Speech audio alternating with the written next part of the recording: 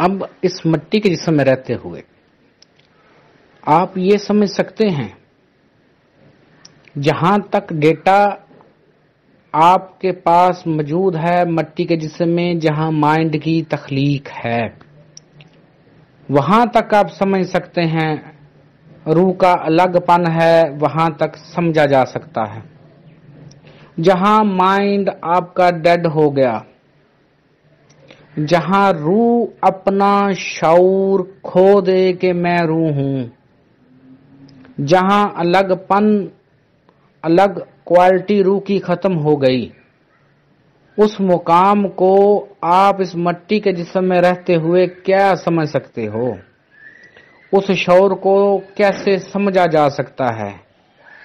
جو چیز بعد میں بنی ہے، آپ کا مائنڈ بعد میں بنا ہے، بار بار میں یہ بات سمجھا رہا ہوں، غور کریں۔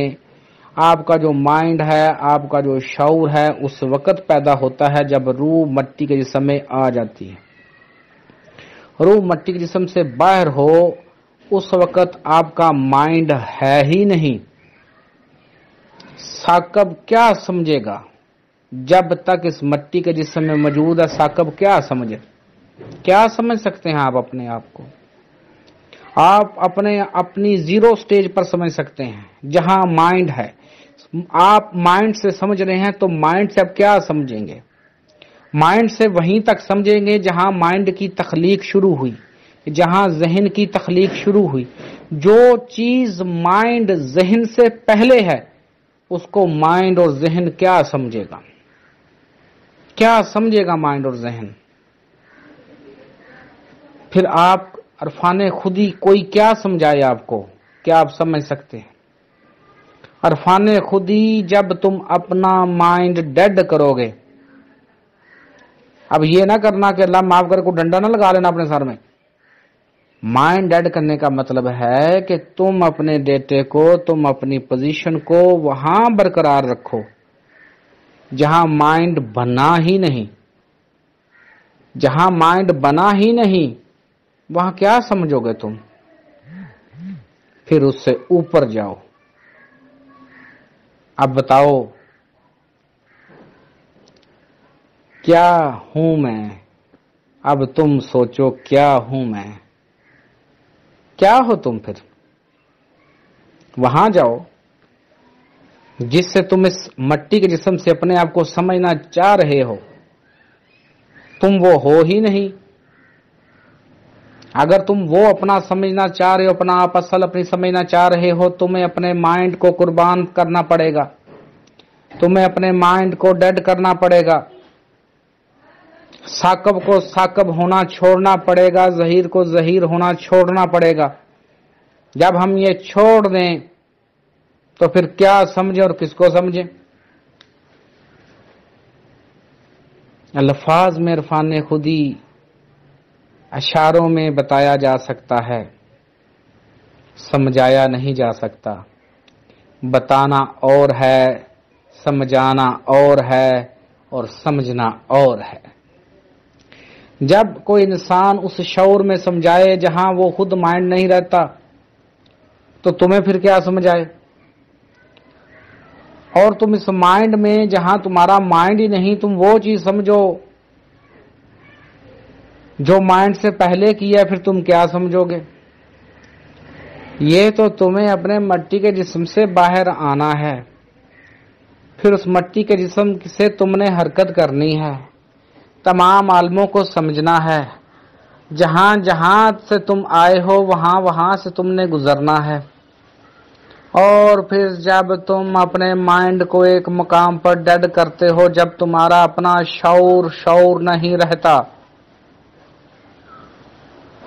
وہاں نہ شعور ہے نہ لا شعور ہے،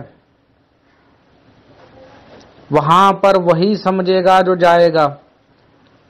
عرفان خودی وہی سمجھے گا جو عرفان خودی کا جام پیے گا۔ عرفان خودی کا جام پیے بغیر تم اس اپنے محدود ذہن سے کیا خود کو سمجھ سکتے ہو؟ غور کرو، میں کہتا ہوں پھر غور کرو، غور کرنے کے بعد پھر سمجھو۔ خیر، تم دوبارہ اس کے بعد ہر انسان نے مٹی کے جسم میں واپس آنا ہے۔ جو لوگ باتوں سے سمجھتے ہیں، عملی تجربہ نہیں کرتے، وہ یہاں مار کھا گئے۔ عملی تجربہ جنہوں نے بھی کیا، اس امرت کو پینے کے بعد انہیں اپنے مٹی کے جسم میں واپس آنا پڑا ہے۔ مٹی کے جسم میں واپس آئے، مٹی کے جسم کے تقاضے پیدا ہوئے۔ بھوک لگے ہی لگے گی، پیاس لگے ہی لگے گی، سردی جو ہے وہ لگے ہی لگے گی۔ اس کی کیفیت کیا ہے، وہ کیسی کیفیت ہے، اس میں فرق ضرور ہے۔ عام انسان کی سوچ میں اور اس انسان کی سوچ میں، اس کے خیالوں میں زمین آسمان کا فرق ہے۔ تم لوگ بھی تیار ہوتے ہو اور فان خودی کا جام پینے والا بھی تیار ہوتا ہے، لیکن زمین آسمان کا فرق ہے۔ تم بھی اچھے کپڑے پہنتے ہو اور فان خودی کا جام پینے والا بھی کپڑے پہنتا ہے، لیکن دونوں کی سوچ میں فرق ہے، دونوں کے سکون میں فرق ہے۔ تم بکھلائے پھر رہے ہو، وہ پرسکون بیٹھا ہے۔ تمہیں پریشانی لاحق ہے، وہ پریشانیوں سے گزر گیا ہے۔ پریشانیاں اس کے سامنے ہاتھ باندھے کھڑی ہیں۔ پھر انسان اس امرت سے باہر نہیں آنا چاہتا، اس سے کیسے باہر آئے؟ کون اپنے اس سکون کو چھوڑے؟ کون اس اپنی امرت کو ختم کرے؟ لیکن تقاضوں کے ساتھ رہنا ہے، شعور کے ساتھ رہنا ہے۔ یہاں پر حضرت پیا صابر کا ایک واقعہ ہے کہ آپ جناب جب وجد کی کیفیت میں تھے، اور یہ جو تم لوگ وجد سمجھتے ہو، چھوٹی چھوٹی باتوں میں تم ناچنا شروع کرتے ہو، دمالیں ڈالنا شروع کرتے ہو، یہ کوئی وجد نہیں ہے۔ وجد اس سکون کا نام ہے، اس ساکن پن کا نام ہے، اس تنہا پن کا نام ہے کہ جہاں انسان نہیں ہے، وہ ہے وجد۔ یہ جو تم نے اپنے آپ کو وجدوں میں ڈالا ہے، ایک رسی سے بندھ گئے ہو، رسی کے ساتھ تم جھوم رہے ہو، یہ کیسا وجد ہے؟ یہ تو پکھنڈ ہے جو تم نے بنایا ہے۔ یہ کیسی وجدانی کیفیات ہیں کہ تم ناچ رہے ہو؟ ایسی کوئی کیفیت نہیں ہے۔ وجد کی کیفیت وہ ہے جہاں انسان ساکن ہوتا ہے۔ تو جناب پیا صابر اس وجد کی کیفیت میں کھڑے ہیں، تو تھوڑی دیر کے لیے شعور ٹوٹتا ہے اس وجد سے۔ جیسے اس وجدانی کیفیت سے باہر آئے تو بھوک کا احساس ہوا، پیٹ میں بھوک لگی۔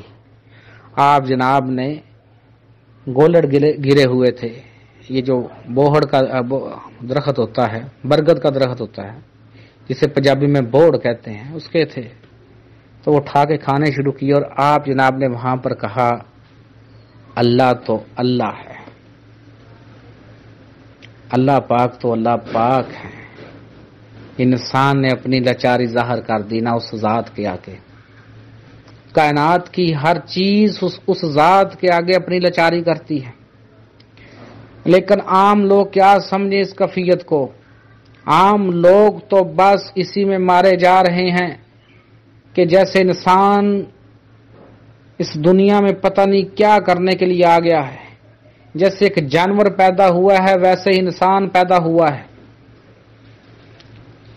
تم بھی اللہ کی مخلوق ہو، کائنات کی ہر چیز اللہ کی مخلوق ہے۔ کیا بڑھائی ہے تم میں؟ اگر تم اپنی عقل کو بڑا عقل مند سمجھتے ہو، بڑا ذہین اپنے آپ کو سمجھتے ہو، اپنی عقل کو بھی عقل مند سمجھتے ہو، تو دیکھو ایک پرندے کو جب وہ اپنا گھونسلہ بناتا ہے، وہ کتنے خوبصورت تنکوں سے اس اپنے گھر کو سجاتا ہے۔ کیا تم اپنی پوری عقل لڑا کر بھی ویسا گھونسلہ بنا سکتے ہو؟ اگر بنا سکتے تو بنا کے دکھاؤ۔ تم تو مجبور ہو ہر چیز میں مشینوں سے مدد لینے کے لیے۔ یہ تمہاری بڑھائی ہے دوسری چیزوں کے اوپر، وگرنہ عقل جس کو جتنا شعور دیا، جس کو جتنا شعور چاہیے تھا، جتنا جس کو عقل ہے وہ اتنا کر رہا ہے۔ جانور کا بچہ بھی بڑا ہو گیا، انسان بھی بڑا ہو گیا، جانور کے بچے بھی ہو گئے، انسان کے بچے بھی ہو گئے، جانور بھی مر گیا، انسان بھی مر گیا، پھر تم کہاں کھڑے ہو؟ کیا فرق رہا ہے تم میں؟ جب تک تم عرفان خودی کا جام نہ پیو، کیا فرق ہے تم میں اور جانور میں؟ جب تم عرفان خودی کا جام پیو گے پھر مجھے بتانا کہ کیا بات ہے اور کیسے بات ہے۔ اور جو تم اپنی کفیات بتاتے ہو، مجھے فلاں چیز نظر آ گئی، مجھے فلاں چیز نظر، کیا چیز تم کو بھی نظر آ گئی؟ تم مٹی کے جسم سے تو باہر ہی نہیں آئے، تم کن کفیات میں ہو؟ جتنے بھی دربار بنے ہیں، جتنے بھی عمارتیں بنی ہیں انسانوں نے بنائی ہیں، اور جتنی بھی چیزیں اس میں استعمال ہوئی ہیں، یہاں سے دنیا کی چیزیں استعمال ہوئی ہیں، تم تو بس اسی بات میں خوش ہو رہے ہو کہ کسی دیوار کے ساتھ تم لگ گئے، تمہیں فیض مل گیا، کسی پتھر کو تم نے اٹھا کے لگا لیا، بس فیض مل گیا، تم نے گھنگرو باندھ کر ناچنا شروع کر دیا، تمہیں فیض مل گیا۔ یہ کیسا فیض ہے؟ اس کا حقیقت سے کوئی تعلق نہیں۔ مجھے لوگ کہتے ہیں مجھے فلاں چیز نظر آئی، میں نے کہا کیا وہ آپ کو حقیقت میں نظر آئی، کسی انسان کی بنائی ہوئی نظر آئی ہے؟ تو جب وہ اپنی اس شکل کو بتاتے ہیں تو انسانی ذہن میں جو سوچ تھی اس کو بتاتے ہیں، تو تم تو انسانی ذہن کی سوچ کو سوچ رہے ہو۔ یہ کیسا عرفان خودی ہے پھر؟ یہ کیا دیکھ لیا تم نے؟ کچھ بھی نہیں دیکھا تم نے مٹی کے نقش و نگار دیکھ رہے ہو تم۔ وہ جو حقیقت ہے جو مٹی کے نقش و نگار سے باہر ہے اس کو تو دیکھا نہیں تم نے۔ تم نے کیا دیکھا ہے؟ تم نے کچھ بھی نہیں دیکھا۔ ایک بار اپنے اس مٹی کے جسم سے باہر تو آؤ۔ کل میں نے جو بات کہی تیسری آنکھ کی، وہ کچھ وقت کی کمی کی وجہ سے میں اس کا جواب مفصل نہ دے سکا۔ وہ تیسری آنکھ سے جو میں نے سکرین کی بات کہی، میں نے تو اس میں یہ کہا ہی نہیں کہ تم اپنے سوچے ہوئے نقش و نگار اس میں دیکھتے ہو۔ ابھی تو تم کو پتا ہی نہیں کہ وہ سکرین ہے کیا۔ تم تو خود ایک سوچ سے، آپ کے مائنڈ میں جو سوچ ہے، آپ کے لاشعور میں جو سوچ ہے تمہاری، جو تم لوگوں کا وہم ہے، تم اس کو سکرین پہ لے کر آتے ہو اور تم سمجھتے ہو کہ ہم نے سکرین میں پتہ نہیں کیا دیکھ لیا۔ اس حقیقی سکرین کی نشانی یہ ہے کہ وہ وائٹ ہوتی ہے، صرف اس پہ کوئی نقش و نگار نہیں بنتے۔ یہ اس کی زیرو سٹیج ہے۔ زیرو سٹیج کے بعد اس کی جو کفیات شروع ہونی ہیں، وہ اس مٹی کے تم حد و حال کی کفیات وہاں پہ کیا لاؤ گے؟ تیسری آنکھ تمہارا لطیفہ سری ہے۔ لطیفہ سری عالم ہاہوت اور باہوت سے انفارمیشن لیتا ہے۔ کیا ہے عالم ہاہوت اور باہوت؟ جب تم اس کو سمجھے ہی نہیں، جب تمہیں عالم ہاہوت اور عالم باہوت کا پتہ ہی نہیں، تو آپ لوگ اس سکرین کے اوپر کون سے نقش و نگار دے رہے ہو؟ تم تو نقش و نگار نہیں دے رہے حقیقی۔ عالم ہاہوت تم پر کھلے گا تو اس پہ نقش و نگار آئیں گے نا، اس وائٹ سکرین پر۔ تم کو کچھ بھی نظر نہیں آیا۔ آپ لوگوں نے میکسیمم جھٹکے دیے اپنے دماغ کو، اپنے دماغ میں سیال مادہ آپ نے پنگلا لیا، تھوڑا سا فوٹان ٹوٹ گیا، تھوڑی سی روشنی ہوئی، تم نے کہا نور کی تجلیاں دیکھ لی۔ آپ اس نور کو اس اپنے مائنڈ کے ساتھ سمجھ ہی کیسے سکتے ہو؟ آپ اپنے اس دماغ کے ساتھ جو مٹی کا دماغ ہے، آپ اس نور کو سمجھ کیسے سکتے ہو؟ ان باتوں پہ غور کیا کریں۔ جب بھی انسان عرفان خودی کا جام پیے گا، واپس مٹی کے جسم میں آئے گا، اب اس نے کیا کرنا ہے؟ اب اس نے فلاح معاشرہ کرنا ہے، اس نے فلاح انسانیت کرنی ہے۔ کیا کیا ہے تم لوگوں نے فلاح معاشرہ کے لیے، فلاح انسانیت کے لیے؟ ہماری تو اکثریت ایک دوسرے کا خون پینے پہ لگی ہے۔ میں اس کو نچوڑ لوں، میں اس سے چھین لوں، میں اس سے ایسے کر لوں۔ یہ کیسا فلاح معاشرہ ہے تمہارا؟ غور کیا کرو ان باتوں کے اوپر۔ ابھی بھی میں جو آپ لوگوں کو جواب دے رہا ہوں، اپنے کاسمک شعور کو روک کر عالم ناسوت کے شعور سے جواب دے رہا ہوں، تاکہ تم کچھ نہ کچھ تو سمجھ سکو، کچھ نہ کچھ تو تم لوگوں کے پلے پڑ جائے۔ تیسری آنکھ کا کھلنا، یہ کھلنا ہے کہ تمہارے اوپر عالم ہاہوت ظاہر ہو جائے۔ لیکن تم لوگ تو اسی بات پہ خوش ہو کہ ایک قبر پھٹے۔ اب وہ قبر پھٹے گی تو پتہ نہیں دائیں بائیں قبروں کا کیا ہوگا، مجھے اس سے پتہ نہیں۔ اور ایسی کتابوں میں بھی اکثر جگہ دیکھا کہ قبر کے اوپر سوار ہو، قبر کہیں آپ کو لے کے جائے گی۔ اب فزیکلی طور پہ آپ کہیں جا رہے ہو اور دوسری فزیکلی چیز میں کوئی چینج نہ آئے، بتاؤ بھائی۔ اگر یہ تجربہ درست ہے اور تمہارا مرشد کہتا ہے یہ تجربہ درست ہے، تو کیوں نہ اس کو کیمرے سے دیکھ لیں کہ قبر پھٹتی ہے کہ نہیں پھٹتی؟ یا تم اپنا ایک کلپنا، ایک سوچ کرتے ہو کہ خیال کرتے ہو اور اس خیال میں ہی جی رہے ہو؟ خیال اور چیز ہے، حقیقت اور چیز ہے۔ عرفان خودی کو سمجھو تو صحیح۔ عرفان خودی کو تم اس مٹی کے جسم سے کیا سمجھو گے؟ تم اس مٹی کے دماغ سے کیا سمجھو گے؟ عرفان خودی کو کیا سمجھ سکتا ہے انسان مٹی کے جسم میں رہتے ہوئے؟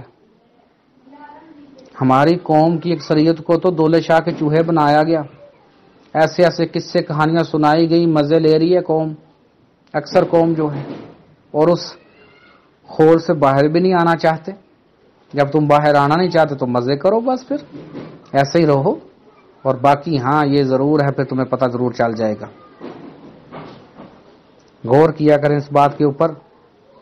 یہ جواب میں نے پردے کے اندر رہتے ہوئے دیا، امید ہے کہ عقل مند اور باشعور روحوں کو سمجھ ضرور آئے گی۔